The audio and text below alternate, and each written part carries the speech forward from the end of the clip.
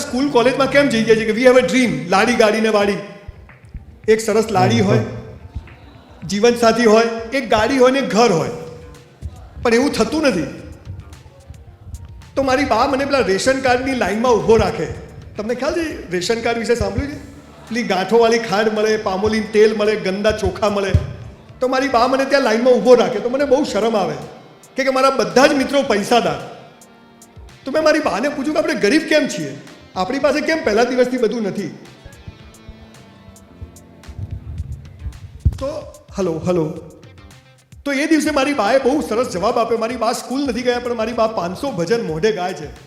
એવી માનો હું છોકરો છું એટલે માં આવી સમર્થ હોય તો છોકરો આવો જ હોય. તો મારી બાએ મને બહુ સરસ જવાબ આપ્યો મને કે આપણે ગયા જન્મમાં સારા કર્મ નથી કર્યા ને એટલે ગરીબ છીએ. તો મેં કીધું હવે શું કરું? તો કે હવે સારા કર્મ કરો. અને સાહેબ એવું માફક આવી ગયું